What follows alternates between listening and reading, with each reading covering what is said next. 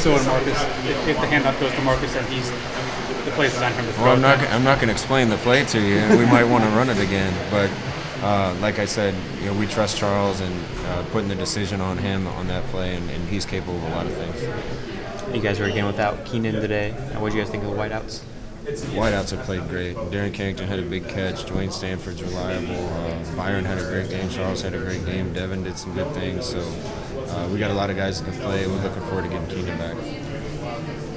Scott, adversity is a part of football, but your offensive line's had a lot this year. What can you say about the way they've hung in there through the regular season? I think Coach Wood's done a great job. I think those guys all took it as a challenge after we had some struggles early in the year to step up. Particularly Pearson and Tyrell. I think both those guys have really grown up this year, and toward the end of the year, they've been playing really well for us. We're no different than any team. We could make a bunch of excuses of all the guys we have out, but that's football, and most teams have some guys hurt. So the good thing about all that is we have a bunch of guys that have played that are battle-tested and ready to go for us next week. Is it kind of poetic justice that Arizona's waiting for you guys in the championship? I just know they're a good team, and they beat us 2 times in a row. So we got to do what we can to prepare on a short week. They got to play yesterday, and we're driving home tonight, having to play in 6 days. So despite that, we got to get ourselves ready to go down and give them our best shot. You guys got to a big lead early. Talk about how in the first half, your offense was really clicking. Can you feel that up in the booth, that everything seems to be clicking? That feeling of how smooth the offense is running?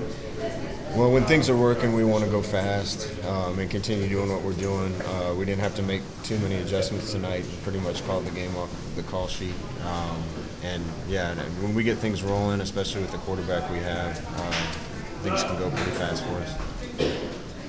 Scott, you guys have lost a ton of people this year. Now you guys have like 500 injuries. You guys haven't skipped a beat. What does that say to you? Well, I think it speaks to the job Coach Alford has done first and foremost. A lot of teams, with that many guys getting nicked up, probably would have struggled at some spots. Really also impressed with some of our young guys. We bring guys into the program we think can help us, and sometimes their chance comes late in their career, sometimes it comes earlier. We've had quite a few guys that are probably playing ahead of their time because of some injuries to other guys, and a bunch of those guys have stepped up and been playmakers for us. And I know, you guys have been a program for a while now, but doesn't that speak to becoming a program when you can lose guys and fill guys in? Yeah, I think so. And again, I think it starts with the head coaches that we've had. Chip and Mark are both outstanding guys, both extremely intelligent. I think we have the right guys in our program with the right type of mentality. Every time I've been at Oregon, when we've lost somebody that we didn't think we could replace, somebody else has come in and done a great job. So I trust Coach Helfrich and the rest of the staff to continue to get guys ready to play. How do you do that, though? How is that process? Our guys trust our process. They work their tails off and do what they have to get ready, get a ton of reps, and I think we got the right type of guys when you throw them into the fire that they're able to respond. And you recruit that type, right? You go specifically for it? Yeah. A certain type that likes to practice, plays hurt. We want tough guys, we want smart guys, we want guys with high character, and most of the time when those guys are put in pressure situations, they're going to respond well.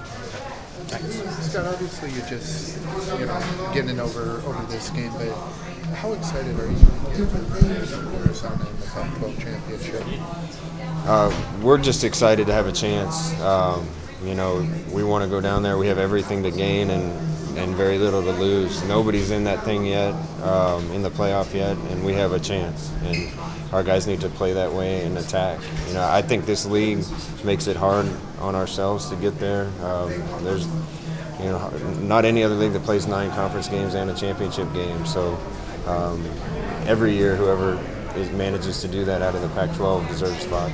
And when you look at a team you've already played, obviously you want to make adjustments. They're going to make adjustments. How do you look at trying to make adjustments and guess what adjustments they're going to be making?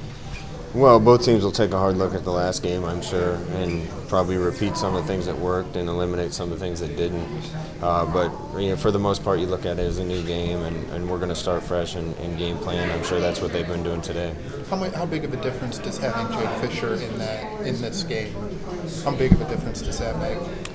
Well, I think a bunch of guys are playing well on the line. I think our line's improvement kind of coincided with Jake's return, and not all of that is a coincidence, but credit goes to all those guys. I think the whole group has really stepped up in the last 6 or 7 games.